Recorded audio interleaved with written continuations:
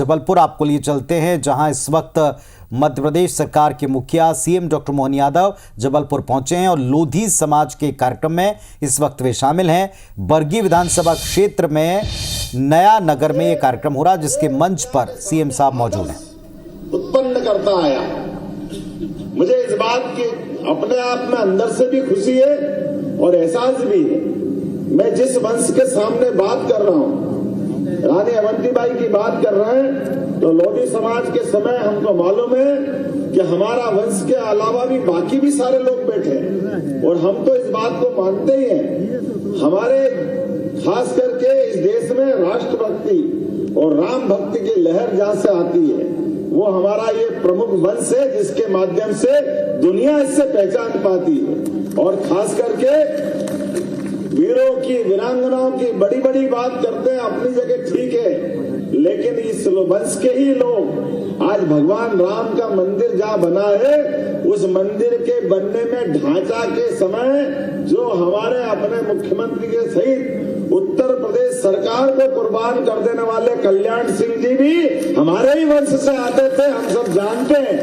आज ये जो हमारे सामने चित्र बना है, वो चित्र में दो नेताओं का नाम, एक ने अपने कर्मों से अपनी व्यवस्थाओं को सुशासन बनाते हुए उत्तर प्रदेश जैसे बड़े राज्य को नियंत्रण में रखते हुए, लेकिन घटना के आधार पर अपनी जिम्मेदारी लेते हुए सरकार के मामले में भगवान राम से बढ़ के कुछ नहीं हुआ, ये उत्कृष्ट उदाहरण उन्होंने दिया। और भगवान राम के आंदोलन का नेतृत्व करने वाली हमारी नेत्री साध्वी उमा भारती जी को कौन भूल सकता है। जोरदार तालियां बजाएं उमा भारती जी के लिए, जिनके मुखारबिंद से हम सब जैसे उस समय के दौर को याद करें।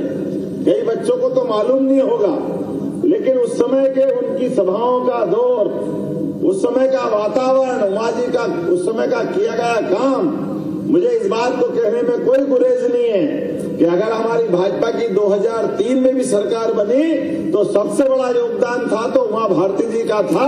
हम उस बात को स्मरण करना चाहेंगे।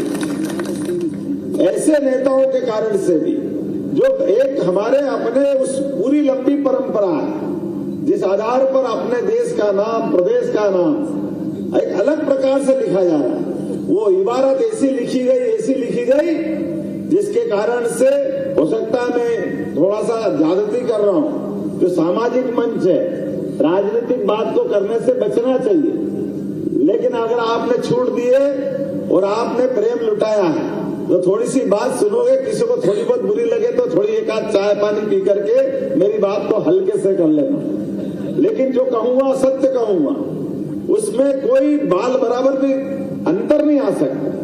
मैं भी इस बात के लिए धन्यवाद देना चाहूंगा यशस्वी प्रधानमंत्री ने जिस प्रकार से जनता से आह्वान किया और जनता के दिलों में जो मंत्र बैठा, एमपी के मन में मोदी और मोदी के मन में क्या चला था नारा, और वो नारा ऐसा चला मंत्र बन करके। हम तो भगवान महाकाल की नगरी से आने वाले लोग, अपने यहाँ अमरकंटक से लेके माँ रेवा ने पूरे सब तरफ जीवन लुटाया। आज का दौर अगर पूरा मध्य प्रदेश का सरसब्ज है, यहाँ कृषि विकास दर सबसे ज्यादा अगर है तो सबसे बड़ा कारण माँ नर्मदा का है। इसलिए प्रेम से बोलो नर्मदे। हम सब उनके आशीर्वाद से इस सनातन संस्कृति को मानने वाले लोग, और इस नाते से अभी मेरे सामने जब मैं भाषण करने आ रहा था तो जो बात बताई कि कोई एक नहर बताई आपने, ये लिफ्ट इरिगेशन का, यद्यपि चुनाव का दौर चालू हो गया है, आचार संहिता की परेशानी है, लेकिन ये तो कोई नहीं कह सकता कि आज नहीं तो चुनाव की खत्म होने की अवधि के बाद कर देंगे। इसमें कौन बात पकड़ेगा, कौन जुबान पकड़ेगा? कोई जुबान पकड़ सकता है क्या? आपने कहा है कि 800-900 करोड़ रुपए लगे, भले 1000 करोड़ भी लगे तो निश्चित रूप से क्षेत्र के लिए कोई कोर कसर बाकी नहीं रही। हमारे किसान मांग क्या रहे हैं? किसान और जवान ये दोनों श्रेणी एक समान है। जवान जान लगा करके सीमाओं पर देश की रक्षा करते हैं और किसान खेत में खून को पसीना बना करके सबके पेट की आग बुझाने के लिए वो मुस्तैद खड़ा रहता है, ये हमारे लिए गर्व की बात है। और मुझे इस बात को कहने में भी कोई गुरेज नहीं है। आजादी के बाद पहली बार ऐसा हो रहा है जब किसानों को जवान के समान सम्मान की निगाह से देखा गया।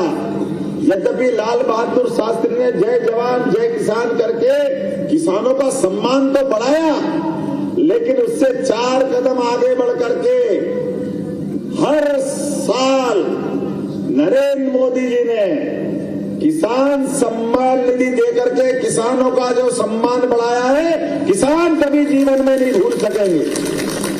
और यशस्वी मुख्यमंत्री शिवराज सिंह जी चौहान मेरे पूर्ववर्ती, उन्होंने भी उतना ही दे करके वो सम्मान बढ़ाया है। इसलिए एक बार जोरदार ताली माननीय शिवराज सिंह जी के लिए। तो धर्म रक्षा संकल्प कार्यक्रम के मंच से आप मध्य प्रदेश के मुख्यमंत्री को सुन रहे थे और वो भी कह रहे हैं कि तमाम आयोजनों में, तमाम तरह के प्रोजेक्ट्स में पिछली सरकारों का, बीजेपी सरकारों का कितना योगदान है।